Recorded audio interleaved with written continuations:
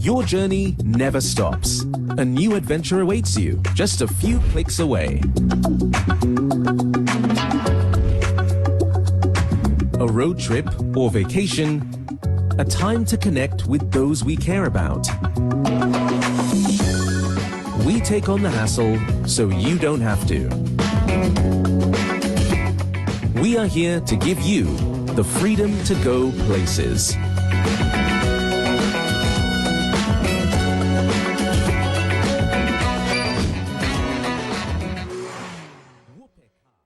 Everyone says that getting the funding for SMEs is the hardest thing, but today we're going to be talking about something really different.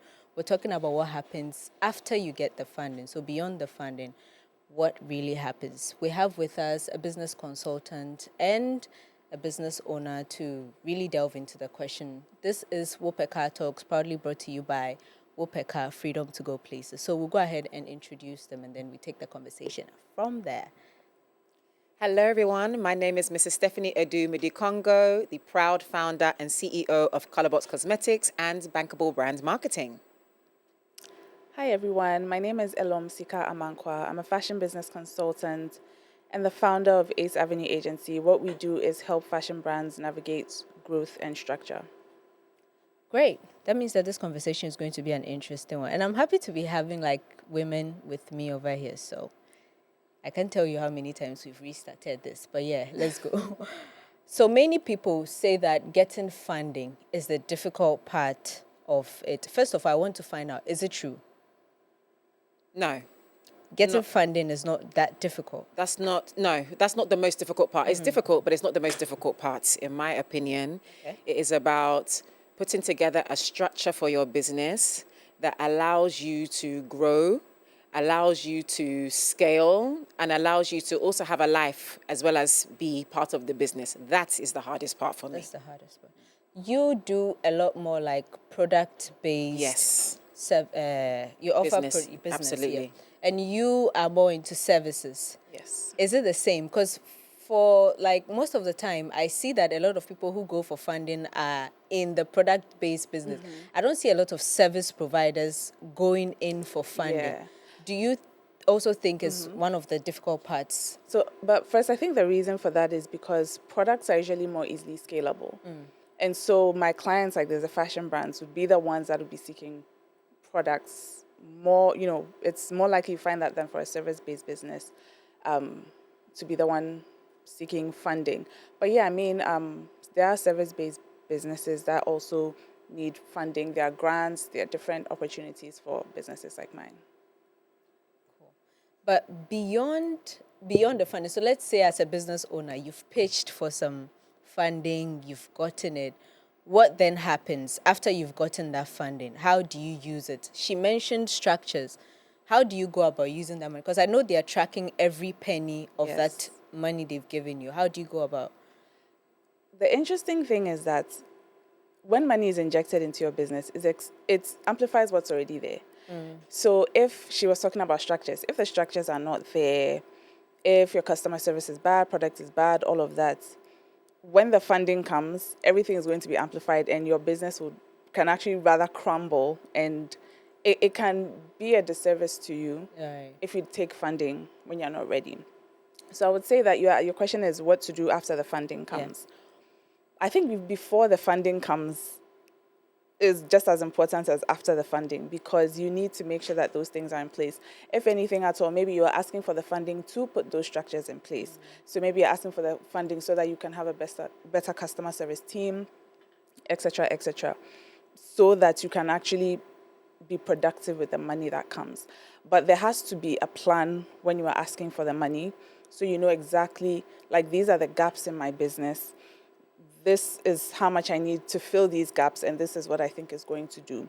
So if you've actually done that, by the time the funding comes, your business should be now allocating the money to the right places and then keeping track of everything, because whoever, unless it's a grant, but even then, they would want to know what's the impact. What's the impact of the money we gave you? If it's investment, then they're expecting, 2x, 3x, however many times what they invested. So you have to really be keeping track. But what you do before is just as important as what you do after. It's true. Because just to even add on that, before even someone parts with money to give you, you should be very clear on what exactly you're going to do with it. So it's just a question of execution of what you said you're going to do with the money. So that's what I'd add. So now you have the money, you have the structure. What is that one like obstacle that nobody or business owners don't really talk about? You have the structure, all right. What is that other thing that is so hidden? Because we were talking about the structure, the money. Now you have both. What is that hidden thing that is not spoken about that could be an obstacle? It is the obstacle, and it is people. It's human resource, right? And managing people in any capacity is difficult, right? And so in a business, it is no different.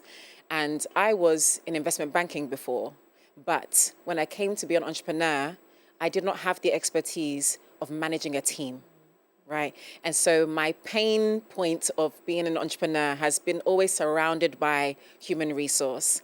And I've had to change through the process. I've had to learn what to do, how to be a better leader, how to talk, how to motivate. And no matter what, it is always going to be centered around human resource. Because if you have the structure and you have the money, you need the people to execute in order to, to grow your business. So it's always around human resource, in my opinion. I don't know about you. I agree. I was about to say two things.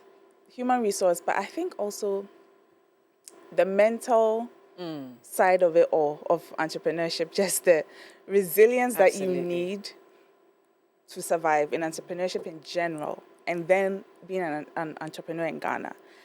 Those two things, managing the people, because you are trying to scale your business.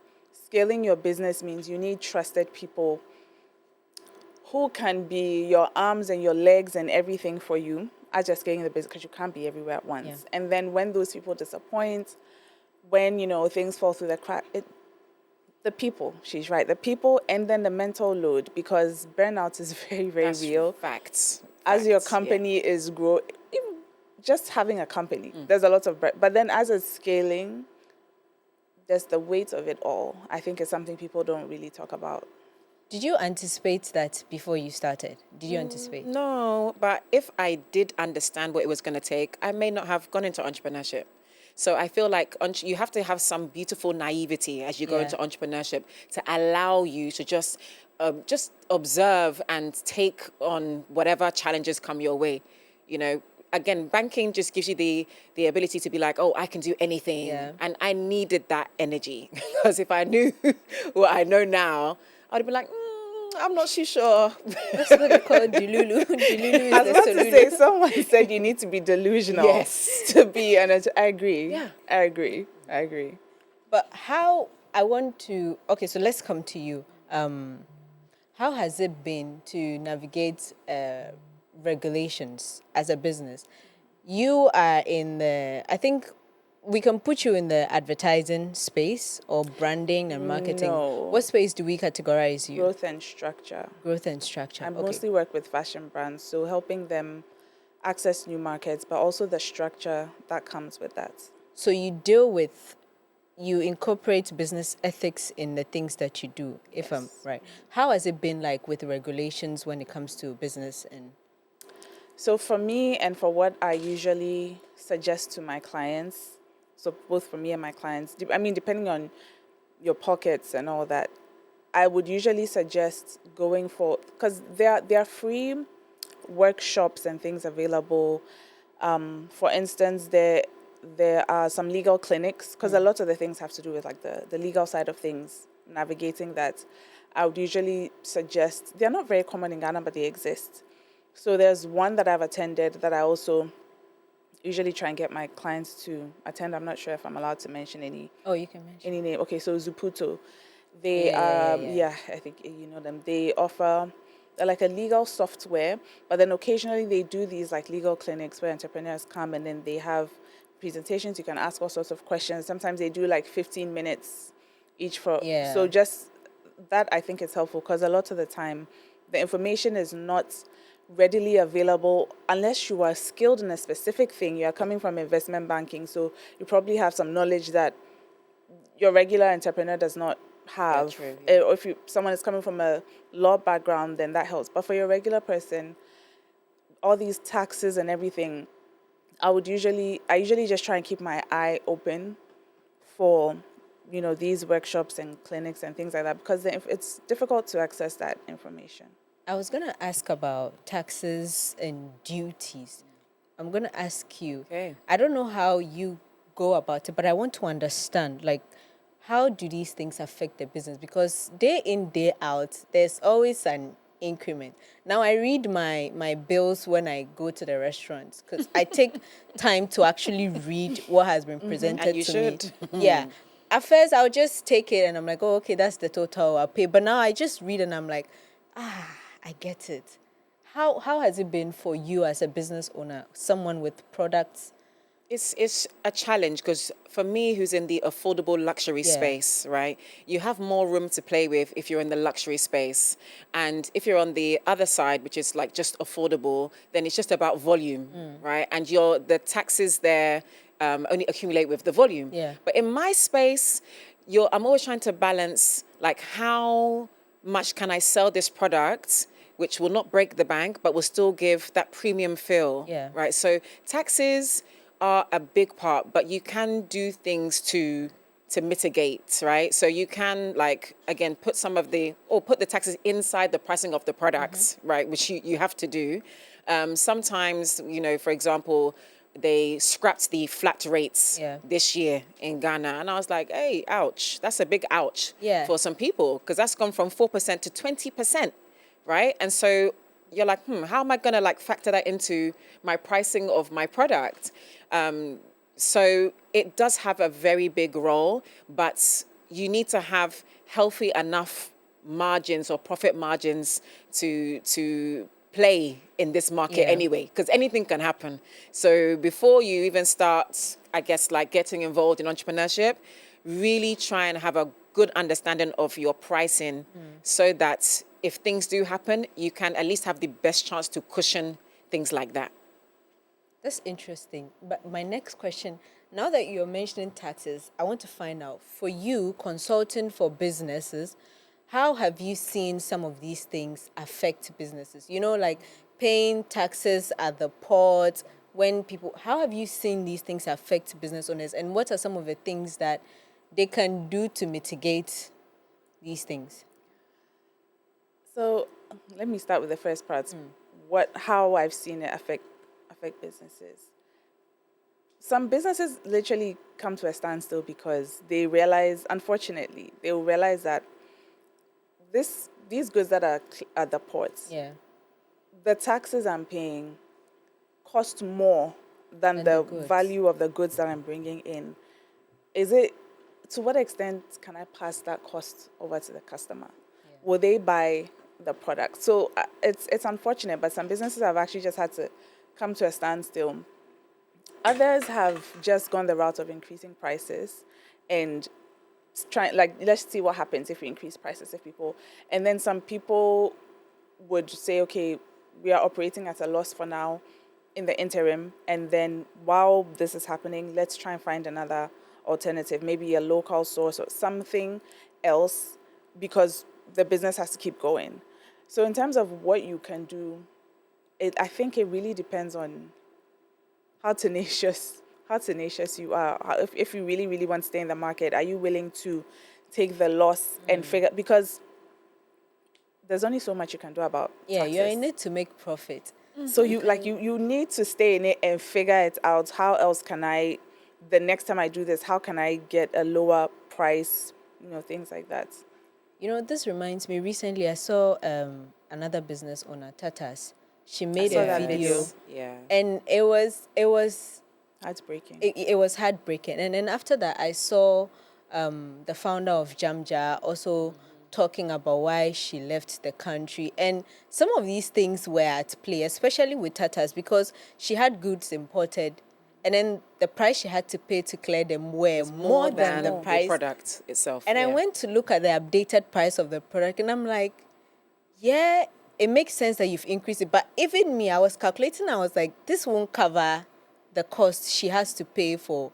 So that means she will be running at a loss. till she probably finds a better right. A better alternative. So I'm like, how alternative. tenacious are you? Are you going to be willing to suffer in the meantime till you figure it out? I felt the pain through the screen. She was really broken, and it was really sad to see, because my husband and I have been trying to even register a company for the past 6 months, and it's been a lot of ups and downs. So For the past 6 months. for the past 6 months, Okay.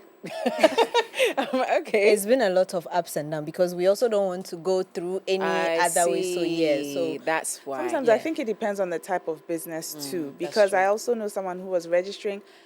For me and for most of the businesses I know these days, it's relatively simple. But I know someone who was registering, like there was a charity arm of the business, and so that changed the whole thing. yeah. And it took months. So I guess it depends on the type of business. Yeah. Yeah. But I want to know, what role, for you, what role is technology playing in some of the things that you're doing? As a beauty brand founder, what role is technology playing? So this is a very interesting question, because we all know that we're in the age of technology, and it's not going anywhere, right? So we are a brand that likes to have that feel, that personal feel with our customer, but we also know that if we are trying to scale as fast as we really are trying to, we need to start infusing some different aspects of technology. The obvious one is AI. How can AI help a product-based business? So for us, for example, we are going to be exploring very seriously how AI sales agents can work for us at certain parts of our order process. Then we process all of our orders on Shopify, right? So for that, we know that we can get analytics. We know that it's very easy to use. And we know that we can get, it's like reports, right? So it helps us to make decisions easier. Then we look at, from a beauty perspective, and AI as well, like we launched a lip gloss, right? And we were playing with the idea of having a virtual try-on, right? So, and we'll probably bring that for another product, but that is also something that we could do that's a little bit new in the market, not too crazy to do, but yeah, it's going to make people make decisions quicker about whether they want the product or not. So on those three very clear things, from a product-based business, that is what we are doing. You know, that's quite interesting. I was even going to mention, I was speaking to a friend the other time, and he made mention of trying certain bold looks, but as Snapchat filters.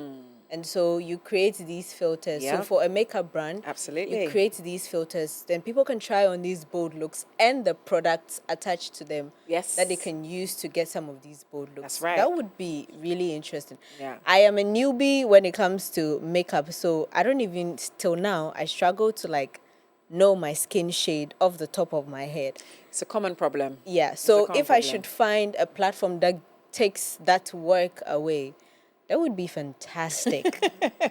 Elorm, I want to hear about you. How do you use technology in what you do, and then in helping other business owners? What are some of the strategies that It's mostly around operational efficiency, how to make things go faster, automating things and taking away making the administrative tasks just a bit smoother, and to be more convenient for everyone. As a service-based business, that's mostly how I use AI. For my customers, on the other hand, funny you mentioned virtual try-ons. I had a client that was playing around with virtual try-ons. It's something that is new. So yeah. so I'm happy to hear that. So I've had clients do virtual try-ons. And interestingly enough, one thing that a lot of creative brands tend to do these days with AI now is using AI to create content. But for that, I feel Yes. it's not always a good look. Yeah. So, especially if the brand is now starting out? Yes, but also just in general, and I actually even did a poll once in my stories asking how people felt about it. And then there was actually someone who said she felt that she is being defrauded. I feel She the feels same like way. it, like, because it's not real. I feel like Yeah. you're lying to me. And like, it was, she wrote like a whole long Hey, thing. wow. Like, some people are very, but most people were like, I'm not sure. And you know, there are articles about it and everything. So that's always one thing when it comes to the content. I'm like, maybe tread lightly, especially if you are heading towards the luxury side of things. Yes, Because that's true. luxury is, you know, it implies time and care and, you know, appreciating the human resource of it all. Handmade, all of that. So if everything on your page is AI, it's like, where's the time and care put into that? It's lazy. Yeah, it Yeah, looks lazy, and yeah. people tend not to appreciate that. So I think that's a really interesting But take. on You that wanna- part, the reports aspect, the administrative thing, it's a godsend. You know, the obvious ones, whether you're, you know, Chat or Claude or whatever, writing social media scripts, putting in the, you know, raw data and be like, analyze this, you know, it is amazing. Yeah. And so for anybody who, again, is starting to start that out, don't come and kill yourself. Pay your $20 a month and and make it work. And sorry, just to add Yeah. one more thing to that. So since I've spoken about what I don't think you should do with content, what you can do with content, just with technology. continuing with that, with technology. For instance, if a brand has an idea for a piece of content, they can use AI to like, how can I use this on different platforms, or how can I change this from a Absolutely. reel to this to that. But then maybe using the AI for the content itself is another thing. But just mapping out, strategizing with it, I think, yeah, it's good for that. And I also think that, I mean, that's a really good point. I also think that maybe if you're going to be using AI, especially if you're saying you're a luxury brand, you shouldn't use it where human beings are replaced, like real human beings are. For example, you can use them for mock-ups or maybe product shots that do not involve human beings.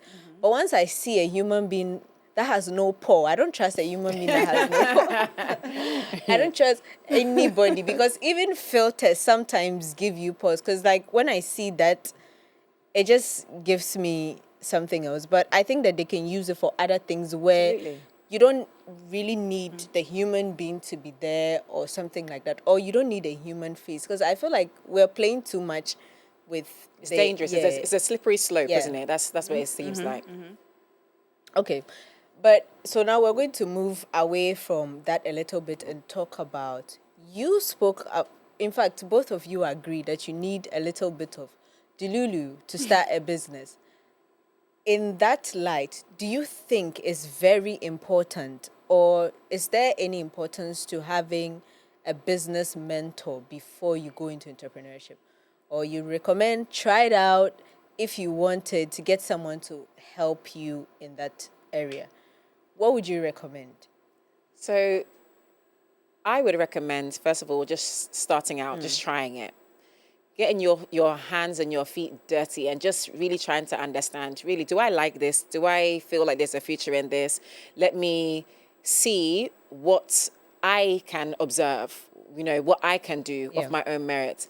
But I do believe that when it comes to mentorship, I would say not really. I would rather say a consultant. I'd rather say a consultant. And I would say that's a worthwhile investment into your business. But I mean, it's fine being having mentors. But from the other side, or where people come to me, it is a big ask of my time, Yeah. right? And so there is also that consideration to make, where I always advocate for people like learning from afar, right? And then when you have the opportunity to meet somebody, then you have like quite structured questions about what you are looking for answers for, and then it just is easier for everybody to get along. But when it's a take relationship, it's a challenge. But yeah, I don't know what you think. I have so much to say about mentorship. We want to hear it. But I agree with everything she said. I think, so first of all, let me answer your question before I go off on a tangent. Can you just How important is it? How important is Do you, mentorship? are you, Or whether you should just yeah, start. should you have it before you start, or you can just start Okay. and then get one? I don't think you necessarily need a mentor before you start. I think there's nothing like just starting and doing it yourself and figuring things out as you go. Or even if you get to the point of, maybe this is actually not for me, there's nothing wrong in stopping and starting something else again. Because I feel like entrepreneurship it's a journey. There are lots of not many of the successful entrepreneurs you see out there just were successful from day one. They probably had a lot of failed projects that they did before. So I think there's nothing like just starting, figuring it out for as long as you can. If not, maybe drop that one for a second and try again. And on back to mentorship, I think we have made mentorship this thing where it looks like it's you and your mentor sitting down for a meeting, 30-minute to 1 hour meeting, I don't know, once a month or whatever. Mentorship from afar, that's what I advocate for. If there are people that you admire, look them up, watch every interview they've done, read the books they've written, watch read and watch their posts, follow them on LinkedIn, all of that. Learn from afar, because there's some people that I consider my mentors I have never met, will probably never meet in my life. But I've learned so much just from observing, and they've poured into me without knowing they've poured into me. And I think that that's something people don't really pay attention to. I also think that with mentorship, sometimes we ignore peer mentorship, and we are always looking for the person that is above. We can learn so much from our peers. Yeah. We can collaborate with our peers. I think for me, peer mentorship has been such a huge thing, because sometimes it's just having someone to bounce ideas off of. Someone who has, and maybe it's not like the person has been doing this 10 years before you. The person's like maybe a year ahead of you, but they're still your peer. You can learn from them, but also what are you pouring into them? Because once it's not mentorship from afar, like I said, and it's an actual physical exchange, it should be an exchange. So the person also needs to, it's not like every day I say, can I pick your brain? Can I pick your brain? Can I pick your brain? But then how are you also supporting the person? If you feel you don't have anything to really offer the person, maybe the person is doing an event, doing this, doing that, how can you show up and support the person and just make yourself useful? I think it has to be an exchange. Make yourself useful, I like that. That's very good. You wanted to add something? No, just the peer-to-peer one has helped me immensely. There's some of my friends that are very good at certain particular things, and then they also come to me. So that exchange is a little bit transactional, but at the same time, we are all trying to get somewhere, and no one likes to carry dead weights, right? So it's really important that we do utilize that peer-to-peer. So if you're someone's friend, you need to use them to the best of their, so that they use you too. Yeah, you guys. You see, one thing that we don't want to accept is that relationships are transactional. No matter how you look at it, every relationship is transactional. Someone has to pour in you, you have to pour in them. I think people just see transactional as monetary, and then they think, oh, since you're putting a price on it, you don't really value it that much, But transactional in other senses, every relationship is transactional. And it's not all the time that you reach out to someone and say, oh, can I pick your brain? Please make yourself useful wherever you are. But I really like that you mentioned mentorship from afar, because if I'm being honest, I think that some of our peers or our age mates are quick to be associated with someone, so quick that they want to meet you in person, take a picture with you, and then blast it all over the place and say, oh, I know this person. But deep down, some of them don't even have interest in what the person is doing. Of course, yeah. And then they just walk up to you and then they ask certain questions. And I never want to find myself in that position. Social climbers. Yes. Yes, that's what we call them, social climbers. You shouldn't be that kind of person. If you can learn a lot from the person from afar, read their books, attend their events, be around for a while so that you can ask very intelligent questions. So I do not say that Gen Zs are not smart. But to be honest, you see, I've found that Gen Zs are craving connection. They are craving what they feel like mentorship looks like. And it's not a bad thing. It's just that there's more than one way to get what you need. And that's the message that I think needs to be clear. I don't have anything to say. She said it all. But okay, so now that we've spoken about mentors, what was the support system like? Starting the businesses that you two do, what was the support system like? I'll start with Elorm.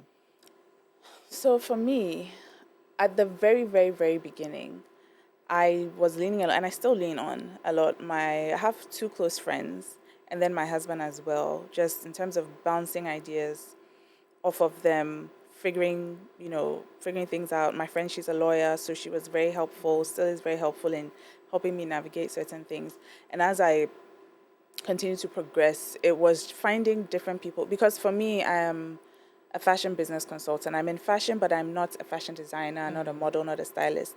So finding other people in the ecosystem of fashion has been helpful. So I have a friend that she's a fashion researcher. I have just other interesting people in the industry, learning from them, seeing how we could collaborate. So as I grew, it was more of in specific industry relationships that over time I've gained. But I started with my friends, my husband, those around me. If you could create an ideal support system when you were starting as an entrepreneur, you have all the cards, pick and choose who you want to be in your corner. What would it have been? Maybe you have a lawyer friend, like she mentioned, you have a business consultant, like assemble your team. What would it look like? Because you see, I didn't grow up here, right? I moved here like 10 years ago, or just over 10 years ago. So I had to literally create my network, right? And if I had to assemble, maybe I'd have someone in HR. I would definitely have a lawyer friend. I would definitely have an accounting friend. And I would have a social media friend. And then I'd also have a friend who balances me out, who's fun. Right, so it wouldn't allow me to just stay in that space. Yeah, because it can really be overwhelming. Yeah. So I think, and that fun for me is just like, my best friend, for example, oh no, like let's actually go out, or no, actually do your makeup, or actually no, buy that new wig, like whatever it is to me, she can speak to me so that I don't get lost in my own sauce. That's good. Now, we're getting to the tail end of this whole discussion, and I wanted to know, these are just a few fun questions. What is one common misconception that everyone has about SMEs? Some of you are not SMEs, are you? How long have you been operating? I still consider myself an SME. You're still an SME? I started in 2020. Oh, okay. But you've been in the industry for much longer, yes. So when I hear SMEs, I feel like, but anyway.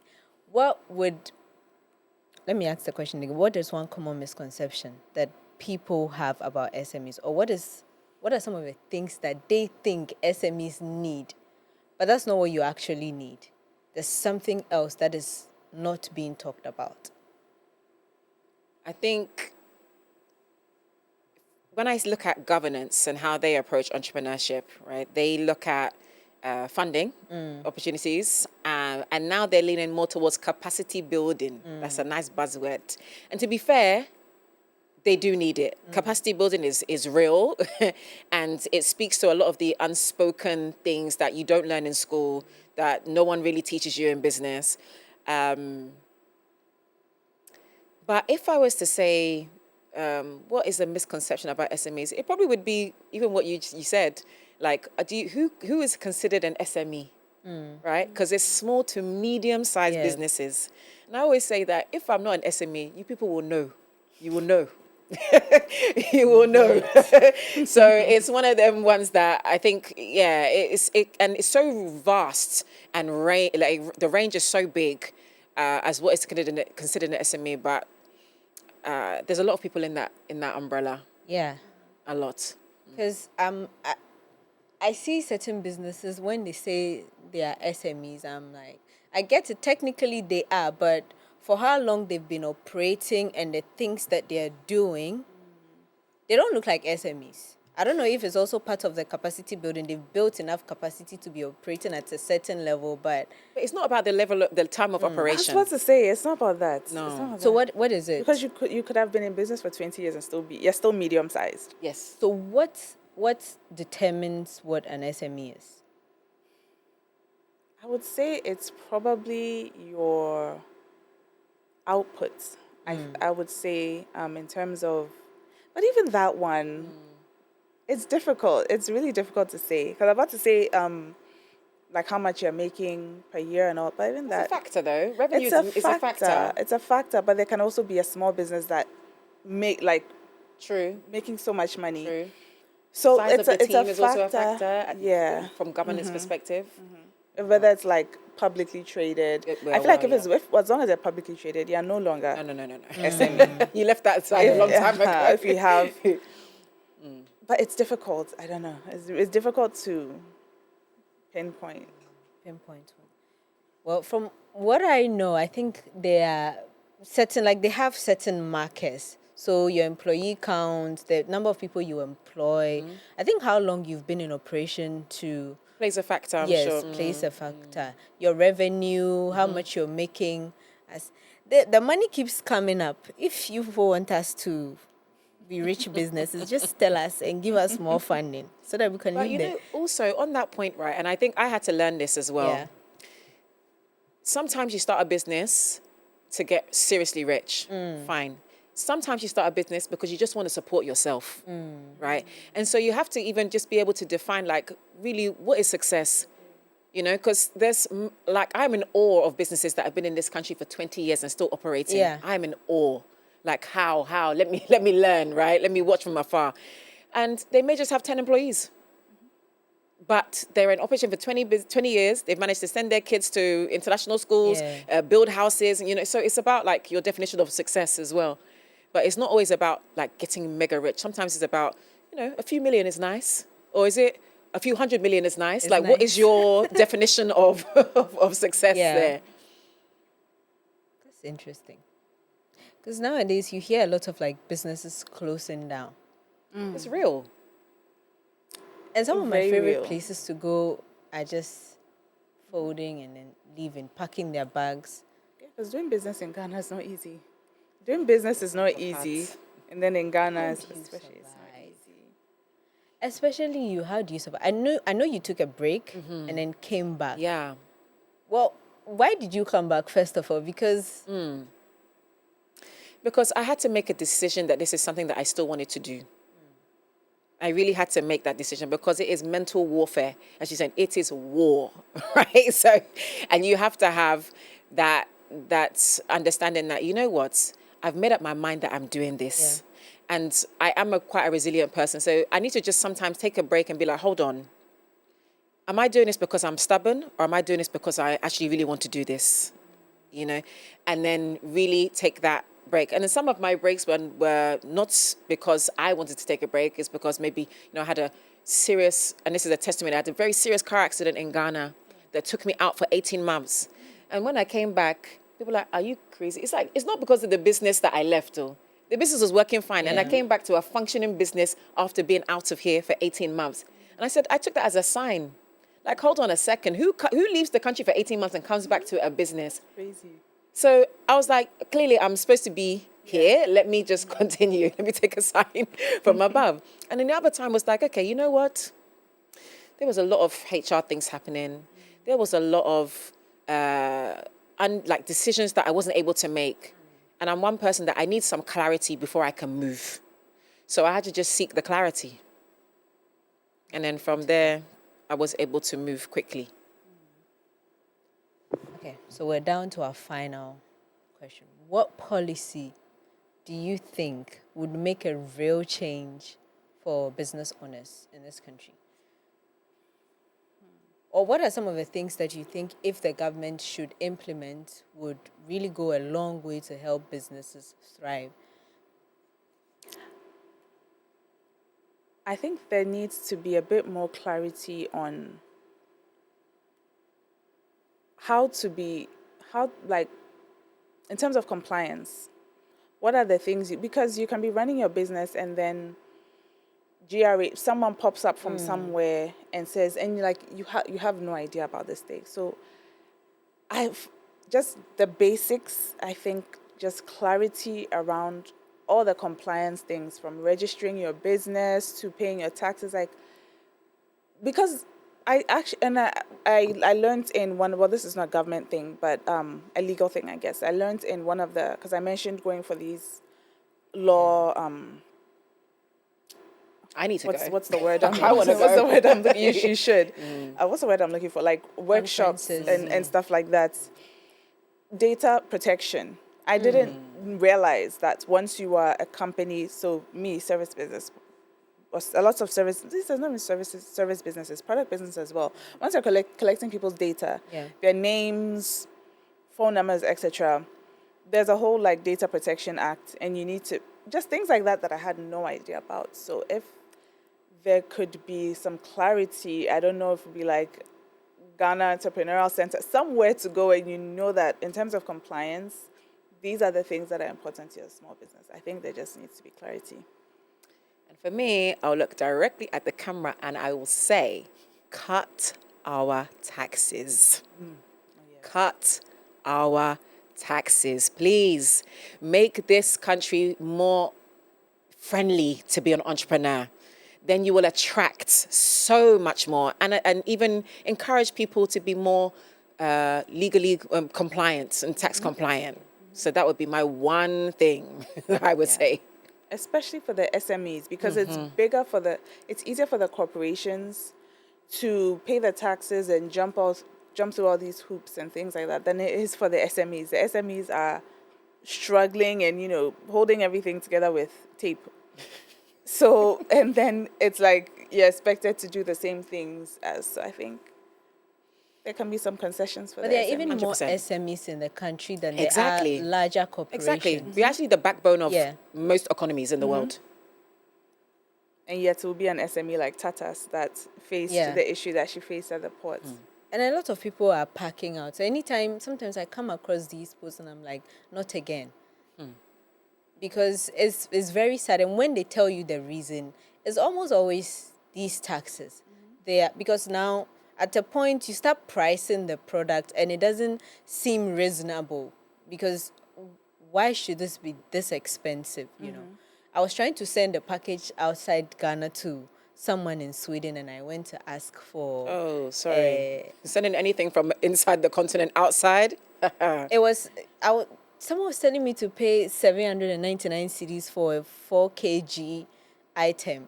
I'm like, okay, it stays in this country. When you come for it. What's the point? Yeah. If I don't find anyone to give to and say, oh, deliver this to this person, you might have to come for it when you get here, because that's too much. It's even like 3 times or 4 times the price of the actual what you're buying. Yes. And so if you're watching this podcast and you know anyone that can make this work, because when Tata spoke out, she mentioned that people reached out to her and tried to help her. But she said that she did not like the help for just herself. She wants it to be extended to everyone. So maybe you didn't see Tata's post, but you've seen this one. Or you know someone who can do it. Please share the link with them. Tell them that some of the entrepreneurs, or almost all the entrepreneurs and the SMEs, the backbones of the economy, are really going through the ringer with these outrageous tax prices, and we need them reduced. We also need to make people a bit more compliant when it comes to with compliance and all these things. And also, we mentioned that you don't always have to go to the higher ups to get mentorship. Find people around you. Network horizontally. Then you can do vertical networking as well. You don't just jump because you want to be easily or quickly associated with someone. You just go in and then do these things. Is there anything that we haven't discussed that you want us to talk about? No. Or is there someone you want to send a message to? I would actually speak to the young ladies, because we are in a culture where sometimes we're not encouraged to be bold. We're not encouraged to be authentic. right? And we see standout young ladies doing their thing, whether you agree with them or you don't, they're doing amazing, right? And, you know, my mind cast to Dulcie, Poriel's Pitch. Yeah. She's doing fantastic. Yeah, you can't Applaud take her. that You away. can never take that from her, right? And so I just want to encourage the young girls to work on themselves, get more confidence. Yeah, you can do it equally as good as, even better than the boys. So just work on that. And sometimes it's not just about, you know, even my industry, beauty or fashion. Like there are, you know, even the mic young lady here, she's obviously got some technical abilities and she's doing her thing. Yeah. What else can you do? Right? Don't be scared. You may be a pioneer in the space, but just really go for it. Try your best and go for it. So I just want to speak to the young ladies. Please do not dim your lights. Get that confidence and then push and push hard. Is there anything you want to I add? think she said it all.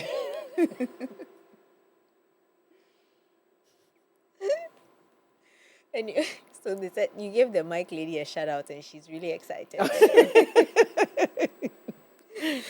But, well, I mean, if you're seeing an all lady, yeah, it should tell you something. It's doable. I can tell you the number of times that, so growing up, I was a really loud kid. Then I became really shy. Then I had to break out of my shell again. And I can tell you for a fact that no one can do anything to you. Your audacity, you think that, and sometimes the only thing they say is, maybe you're disrespectful. Why are you? So sometimes people see confidence as disrespect. And take the corrections, but sometimes don't let it dim your light, you know. Go at it how you want to go at it. Because if I'm being honest, the number of times that you hear, the way she's behaving, she's too or she's being disrespectful. You hear it a lot of the times. And at some point, you realize that it's just a way to tell you to slow down or dim your light. But if you hear that one, just put it at the back of your ear and then do this.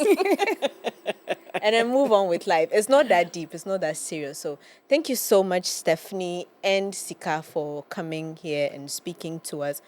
I personally have learned a lot. And I love that we didn't use a lot of jargons. So I'm hoping that anyone who listened to this conversation went away with something. If there was something that we did not talk about, you can leave it in the comment section. We will address it. We'll talk about it. And if you want someone that you want to hear from on the show, you can also ask that we bring them and ask them specific questions. It's been a really nice time. It's been a pleasure. Thank you for having us. A new adventure awaits you just a few clicks away. A road trip or vacation, a time to connect with those we care about. We take on the hassle so you don't have to. We are here to give you the freedom to go places.